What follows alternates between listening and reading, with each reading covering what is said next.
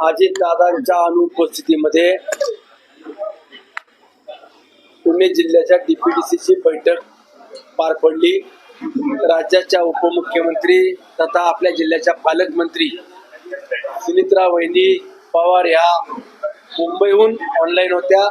त्याच पद्धतीनं आपल्या राज्याचे दुसरे मंत्री महोदय चंद्रकांत दादा हे देखील सांगलीहून ऑनलाईन होते। प्रत्यक्षात या ठिकाणी दत्तामामा भरणे असतील, माधुरीताई मिसाळ, सभागृहातल्या उपनेत्या निलमताई गोरे, खासदार सुप्रियाताई, खासदार अमोलदादा कोल्हे असतील आणि आम्ही सर्वच सन्मान्य सदस्य या डीपीडीसीच्या बैठकीला उपस्थित होतो। आजची डीपीडीसी पार पडत असताना मागील वर्षाचा असलेली तरतूद आणि या वर्षीचा वाढीव जवळपास 1600 कोटी रुपयापर्यंत आम्ही राज्याचे मुख्यमंत्री यांच्याकडे या निधीच्या संदर्भात वाढीव मागणी केलेली आहे। आदरणीय दादांच्या कामाचा आवाका आणि निर्णयाची क्षमता पाहता आज नक्कीच दादांची उणीव या डीपीडीसीच्या माध्यमातून प्रत्येक सन्मान्य सदस्यांना जाणवतीये।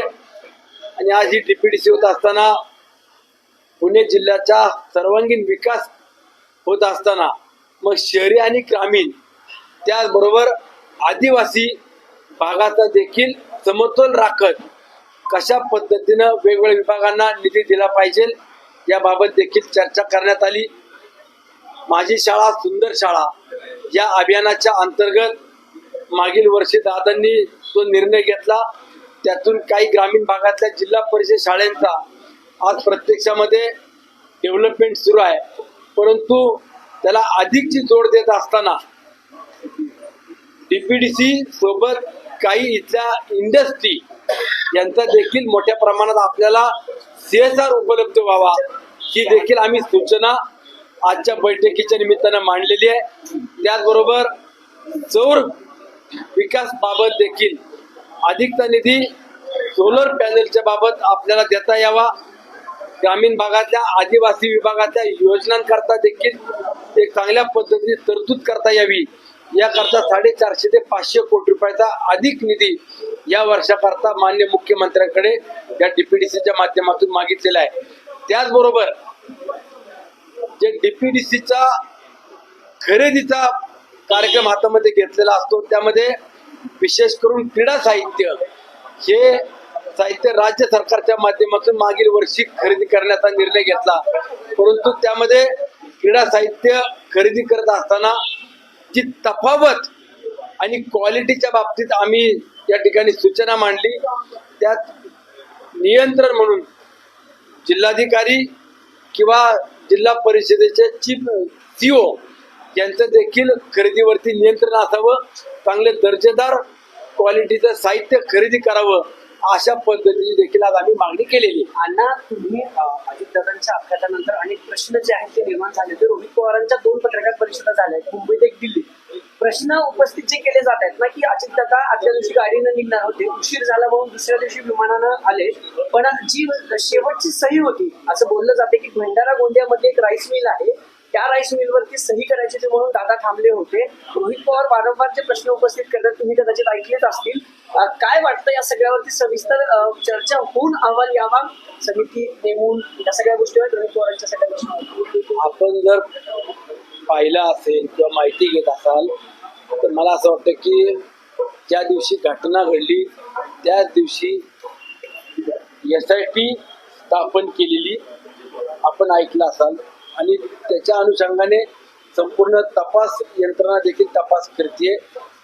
एखादी दुर्दैवी घटना घडल्यावरती शंका कुशंका असणं हे स्वाभाविक आहे, परंतु आपण जबाबदार व्यक्तीनं जबाबदारीनंच बोललं पाहिजे। राज्यातल्या प्रत्येक व्यक्तीला, प्रत्येक लोकप्रतिनिधीला किंवा राज्यकर्त्याला देखील या घटनेतून आज हळहळ करतोय, दुःखीत आहेत आणि अशा प्रसंगामध्ये पुढेही राजकारण न होता आपण याकडे गांभीर्याने पाहिलं पाहिजे आणि जबाबदारीने बोललं पाहिजे। प्रमोद हिंदूराव आहे जे तुमच्याच पक्षाचे उपाध्यक्ष, त्यांनी देखील ही भूमिका मांडलेली आहे की ज्या दिवशी आजच्या दिवशी काय रोड आणि दादा होते, मात्र त्या एका फाईलवरती सही करण्यासाठी उशीर झाला. 7:30-8 याच ठिकाणी वाजले, ज्यावेळी प्रफुल्ल पटेलांचा फोन दादांना आलेला होता, असं प्रमुख सूत्रांवर सांगितलं. दादांच्या चालक असलेले मामांनी सुद्धा ते वक्तव्य केलं किंवा सांगितलं की आम्ही रात्री पायकार जाणार होतो, परंतु आम्हाला उशीर झाला म्हणून आम्ही प्रायव्हेट फ्लाईटने त्या ठिकाणी जायचा निर्णय केला. मला असं वाटतं की आपण या घटनेकडं कुठल्याही द्वेषानं किंवा राजकीय हेतूने न पाहता जो काही घटना घडलेली आहे त्यामध्ये तपास सुरू आहे आणि तपासानंतर जी काही सत्यता आहे ती देखील बाहेर येईल, परंतु कुणी या घटनेचं राजकारण करू नये अशी माझी विनंती आहे. 12 तारीख आहे, दोन्ही राष्ट्रवादी विलिनीकरणावर खरंतर आज शिक्कामोर्तब होणार होता असं बोललं जातंय आणि आता कुठं थांबले. काय वाटतंय या सगळ्या सांगितलं आहे की दोन्ही दादांची इच्छा होती की दोन्ही राष्ट्रवादींनी एकत्र राष्ट्रवादी काँग्रेस पक्षाचे सर्व आमचे नेते आदरणीय अजितदादा होते. दादांनी जर पुढल्या चर्चा केल्या असतील तर आम्ही त्यामध्ये शंका आणण्याचं कारण आहे किंवा आम्ही त्या नाकारतही नाही, परंतु आज दादांच्या पश्चात या ज्या काही चर्चा सुरू आहेत यावरती मला असं वाटतं की सुनित्रा वहिनी आता उत्तराधिकारी म्हणून संपूर्ण जबाबदारी सांभाळून काम करतायत. आगामी काळामध्ये दोन्ही राष्ट्रवादी एकत्रित घ्यायच्यात, करायच्यात, विलीनीकरण करायचंय, मर्ज करायच्या, या ज्या काही सातत्यानं चर्चा सुरू आहेत यावर सर्वस्वी अधिकार सुनित्रा वहिनीच घेतील. परंतु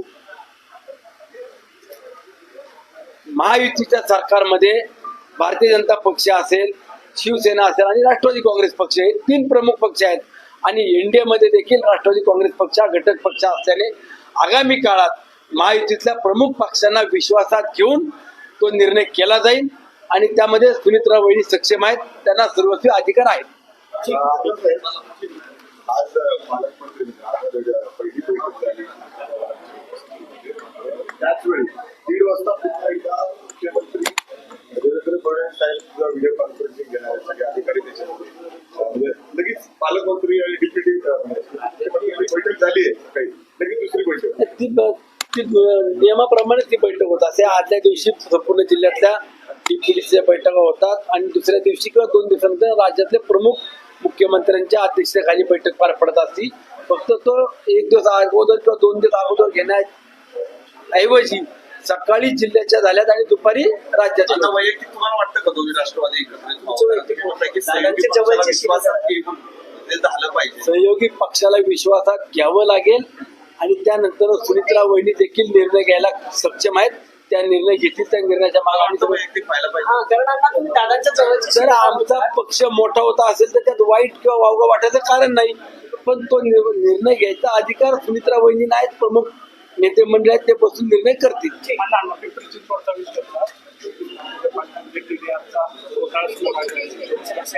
मी काय ऐकले नाही, मला माहिती नाही त्या बाबतीतली, परंतु आगामी काळात जर काय माहिती आली तर मी त्या उत्तर देईल.